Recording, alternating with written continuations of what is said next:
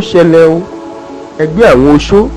àti àjẹ́ Nàìjíríà wọ́n máa ti ṣèpàdé pàjáwìrì nílọrin nípínlẹ̀ Kwara o. Wọ́n tú àṣírí ńlá nípa Atiku, Tinubu, Saraki àti Wike. Ẹgbẹ́ àwọn oṣó àti àjẹ́ funfun ní Nàìjíríà, ìyẹn the White Witches and Wizards Association of Nigeria,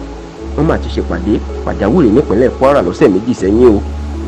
Àwọn ìlú tí wọ́n ti ṣe ìpàdé náà ní agbègbè Sóbí tó wà ní ìlú Ìlọrin, ìlú Òmùaran àti ìlú Ọ̀fà ni làwọn ẹlẹ́yẹ máa ti pàdé o. Kí làwọn ẹlẹ́yẹ ṣèpàdé fún? Kí làwọn ìyá wa arúgbó aṣọ má balẹ̀ àti bàbá wa arúgbó aṣọ má balẹ̀ kí ni wọ́n ṣèpàdé fún nípínlẹ̀ Kwara tó jẹ́ ìlú àwọn ìpínlẹ̀ àwọn àfá o,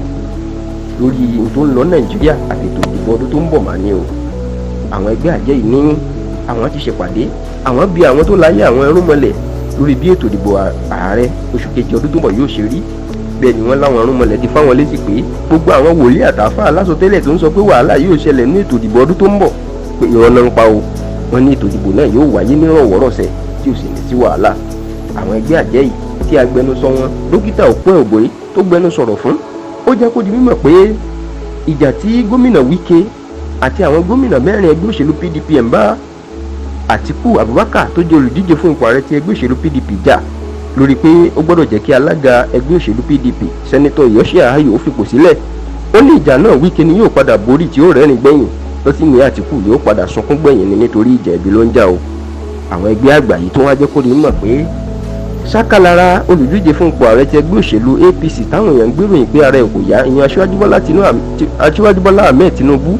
pé ṣákàlára ẹ̀ dá o. Bẹ́ẹ̀ làwọn ti gbé yẹ̀wò nú ẹ̀mí táwọn bí àwọn ọrùnmọlẹ̀ pé ṣé lóòótọ́ lára ẹ̀ ò yá, tí wọ́n sì ní ara bàbá náà yá kòkòkò làárọ̀ tá lé o. Àwọn ẹgbẹ́ àjẹ́ yìí tó wá jẹ́ kó di mímọ̀ pé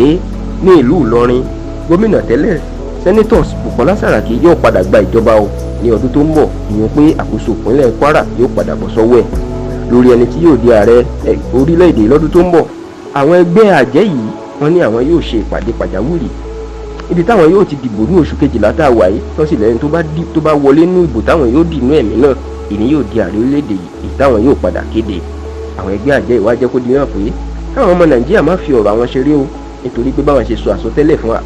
MK Abiola wípé yóò jáwé olúborí nínú ètò ìdìbò ààrẹ ọdún 1993, ṣùgbọ́n wọn ò ní gbéjọba fún. Kódà dókítà Òpin Ògbóyè ó lòun lọ bá Abiola ńlé ní ọdún 1993 láti sọ àsọtẹ́lẹ̀ táwọn ẹgbẹ́ àjẹ́ táwọn rí nígbà táwọn ṣèpàdé pàjáwìrì lágbègbè Òkè Àdó nílùú Ìbàdàn nípínlẹ̀ Ọ̀yọ́.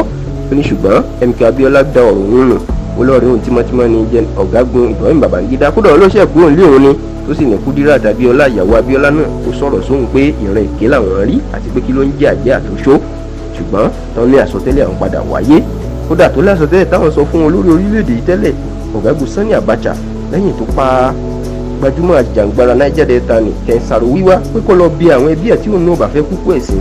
ìgbọ́tán nígbà Abacha náà gbọ́ gbogbo wa la ń padà mọ irú ikú tó pa Abacha. Àwọn ẹgbẹ́ àjẹ́ ti sọ̀rọ̀ o, bẹ́ẹ̀ ni wọ́n sọ pé àjẹ́ tàwọn àjẹ́ funfun ní o, àti pé àjẹ́ tí òun ṣèkà ní gbogbo ọmọ Nàìjíríà ó sì wàá darapọ̀ mọ́ àwọn.